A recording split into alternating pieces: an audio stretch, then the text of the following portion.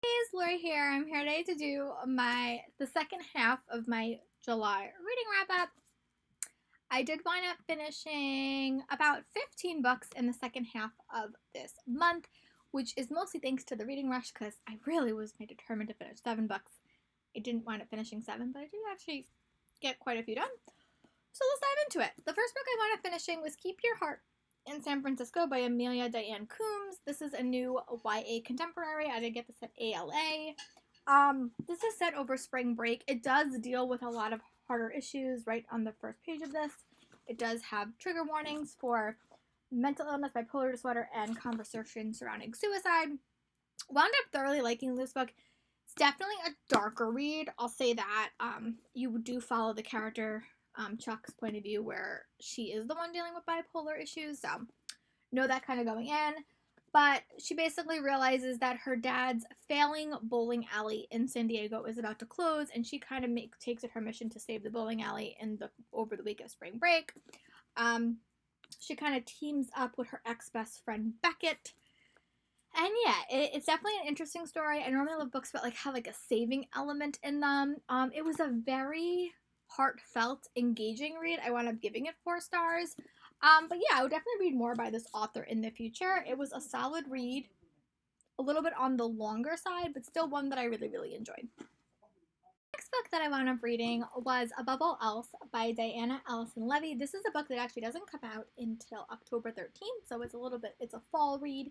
This book is about 2 friends' goals to climb Mount Everest. I will say that I like the Mount Everest aspect of this book a lot more than I like the romance element of this book. I will say that. But I did like how it really did challenge PTSD. I like how that it had 2 dual point of views. I love the setting of Everest. I thought that was so fascinating. I will admit, I did cry at the tail end of this read, but the romance I thought was a little bit overpowering in this read just for me. I had kind of come thoughts. I was like, guys, you're climbing Mount Everest. That should probably be your major focus. But it wasn't. But I wound up liking it. I would definitely read more by this author in the future. I've never read a book like that before, like that followed 2 characters trying to climb Mount Everest. I thought that element was definitely the highlight. I just wish the romance element was not as pronounced, or that the romance happened closer to the end of the book. But yeah, so I wound up giving this one 3.75 stars. The next book I read is along with my nonfiction reading. This is the first nonfiction reading I finished during my morning time, like when I was reading in the morning along with my Skillshare classes, and that is Me and White Supremacy.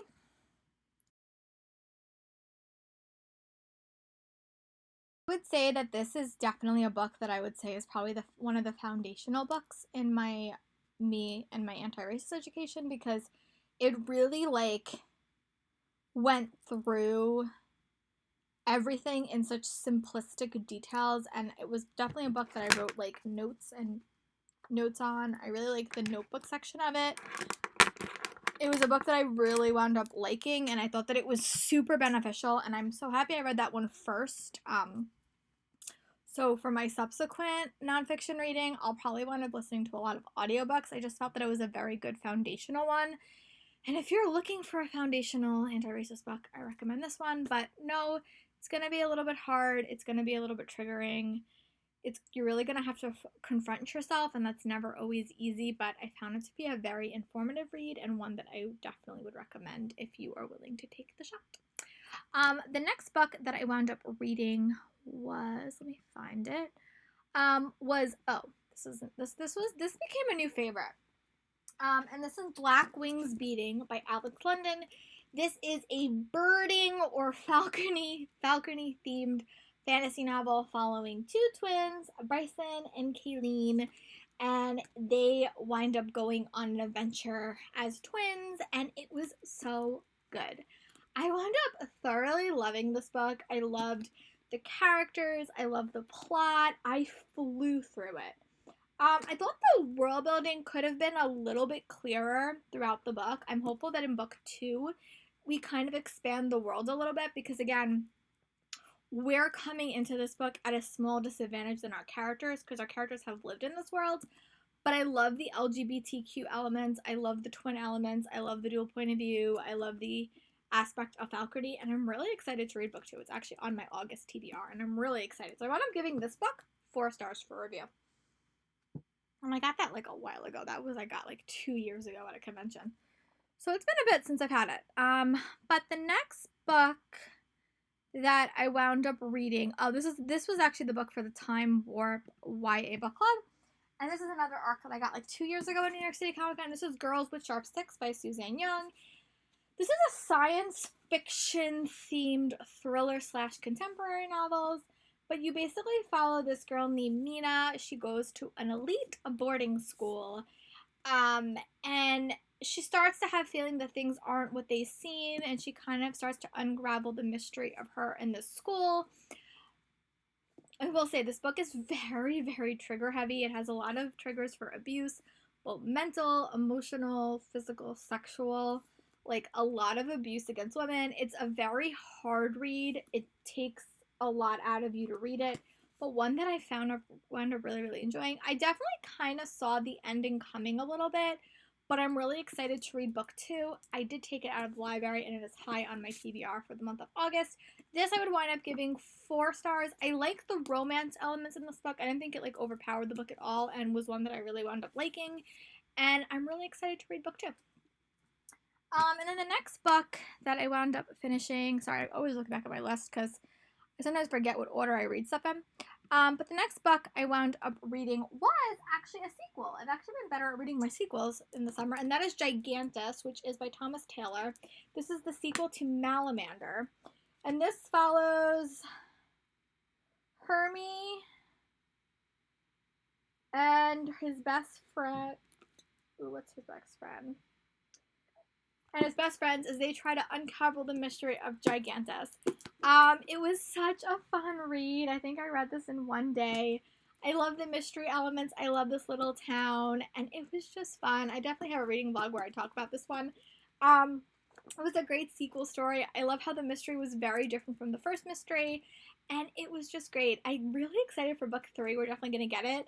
And I just love Herbie as a character. Herbie is like my spirit animal because Herbie is someone that doesn't like adventure, doesn't like causing mischief, doesn't like excitement.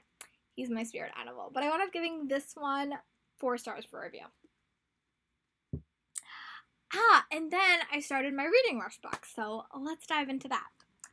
The first book is one that has been long on my TBR, and that is Wonder Woman Warbringer. This is a book that I have had on my TBR for so long. This is the first DC Icons book, and I actually have it signed, but from Leigh Bardugo, because I met her like a couple of years ago when this book first came out. This is a book I would recommend you read if you like Greek mythology, because you follow Diana when she's living in the Mascara. Something happens that she winds up saving a young girl who is known as the Daughter of Death.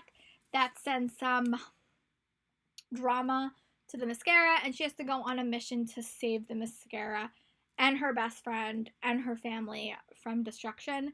It definitely does scream to me more like a mythology novel with like a prophecy and stuff like that. I really loved it. I thought the end was a little bit rushed.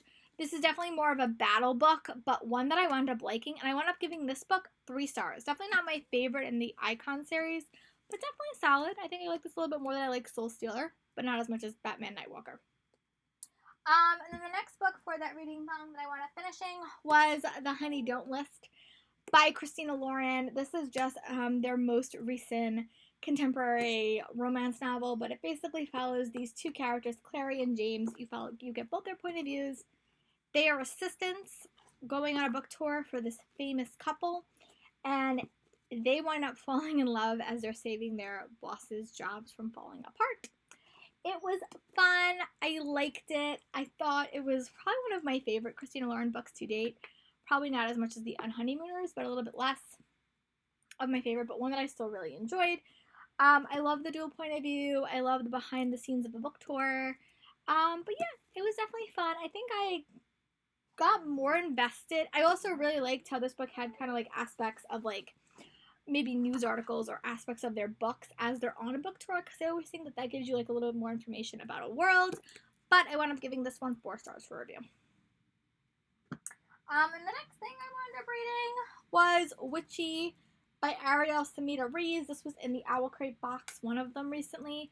But this is about a fantasy thing where the power you have is determined by the length of your hair. I will admit, I wound up liking this. I didn't love it. I really, really love the art style. I love the LGBTQ elements. It just wasn't my favorite. But I'll definitely read another novel if it does come out. I liked it. I just struggled a little bit following the world building. But I wound up giving this one 3.75 stars per review. And then the last book that I finished for the reading rush, well, actually no, I had one more. But I also wound up finishing Akata Witch by Nia Okorafor. And this is a Nigerian themed fantasy novel following Sunny, who's an albino witch. It was very interesting. I wound up really enjoying it. I wish the magic system had a little bit more like oomph to it. Like I felt like a little bit lost in the magic system. But I love the characters. I thought it was a great story, and I'm really excited to read book 2.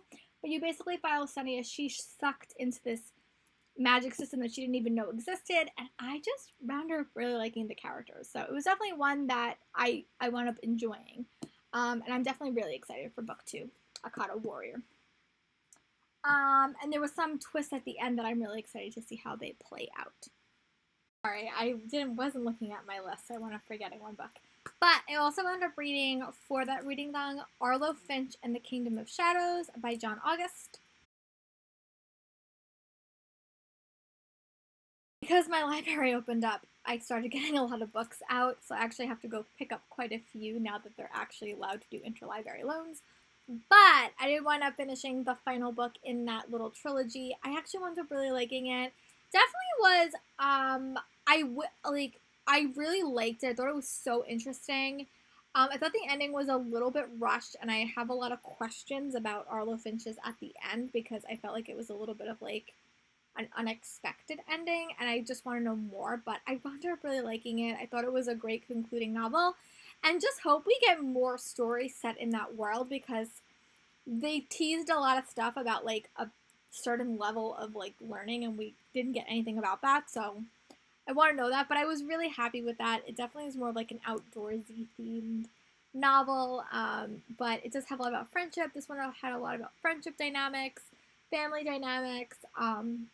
Arlo is on a quest to rescue his dad. I'll say that, but that's like you learn about in book 1 about why he needs rescuing. But I wound up really liking it and wound up giving it 4 stars.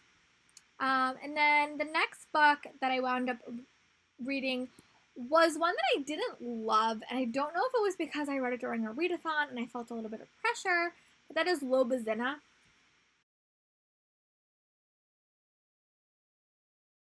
This book had a really interesting premise. It basically is set in modern day in Florida, and it follows this young girl who knows she is an undocumented immigrant. That story is kind of melded in with also a supernatural element, and I found the supernatural element to be a little bit confusing.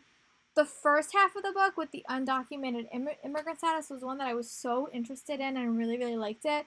The world building and the magic system and all that stuff, I think just wound up confusing me a little bit. I'm going to be a little bit honest. So what I'm going to do is when we get closer to book 2, I'm probably going to reread book 1 as like an audiobook and see if that helps. But if you're really into werewolves, I'll say that, or like supernatural elements that has a very, very gritty base in like, there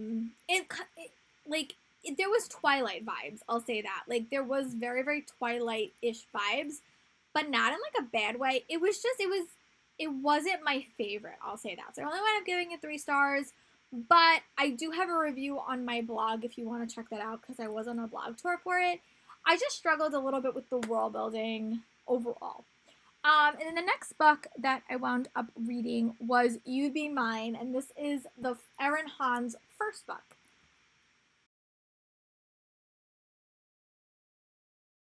This is definitely going to be one of those authors that makes my top 10 new authors to me list because I adored this read.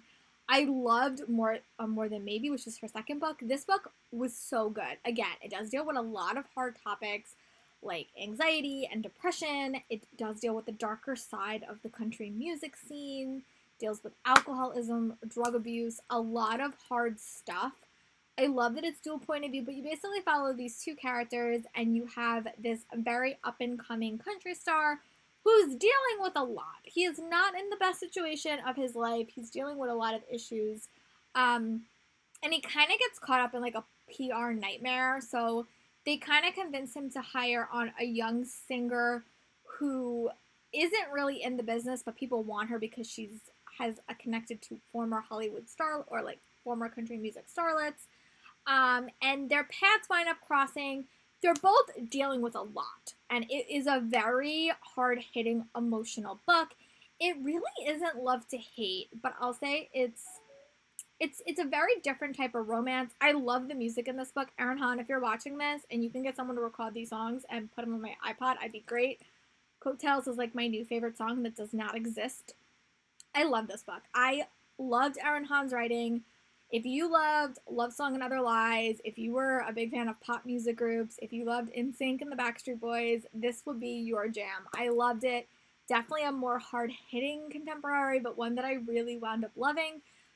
The one thing I really liked about this book is even though the male lead was dealing with a lot, the relationship never got to like an unhealthy place. I think it got to like a challenging place, but I never saw it as being unhealthy, and I think that that's super important to state. But yeah, I wound up really, really loving it. Wound up giving it 5 stars. She's coming out with a companion to More Than Maybe, I think in the next year or so, and I'm going to be here for it because I loved this. I love this book by this author so much. So happy I picked up both of her reads, and definitely gonna get the audiobook for this because maybe the songs are sung. We will find out. And then the next book that I wound up reading was, and this is not one I'm going to like chat about, but I did wind up with Harry Potter with the MuggleCast podcast. I did wind up listening to Harry Potter book 5, which is The Order of the Phoenix. I don't have to say much about Harry Potter. I love all their books. J.K. Rowling's behavior notwithstanding, but I think that this one is a very, very political heavy book. And I just love reading along with them because their point of views are so great. If you've not checked out MuggleCast and you're a Harry Potter fan, go check them out. And then the last book that I finished reading for the month of July was Lost Stars by Claudia Gray.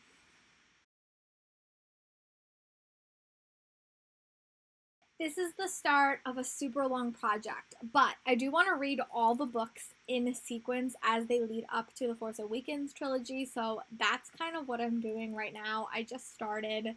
I have a lot to read, I'll be honest. There's quite a lot, so I don't know how long this is potentially going to take me, but I do want to learn more about the Star Wars universe, and I wound up loving this book. I thought the ending was a little bit rushed, but basically follows these two characters, and you see them from the very tail end of the New Hope trilogy. So you see it, basically the Death Star explodes at some point in this book. But you see these two characters who are best friends, maybe something more as they're on opposite side of a war. It was great. I thought that the conversations they had about loyalty, the loyalty to yourself, to your friends, to your republic was so compelling. The formatting of it was a little bit weird because we had two characters that were in such similar situations but on opposite sides of a war that it was sometimes hard to remember like whose head you were actually in. But I wound up loving it. I flew through this book and it's like 500 pages, 300 on my Kindle, but 500 pages basically.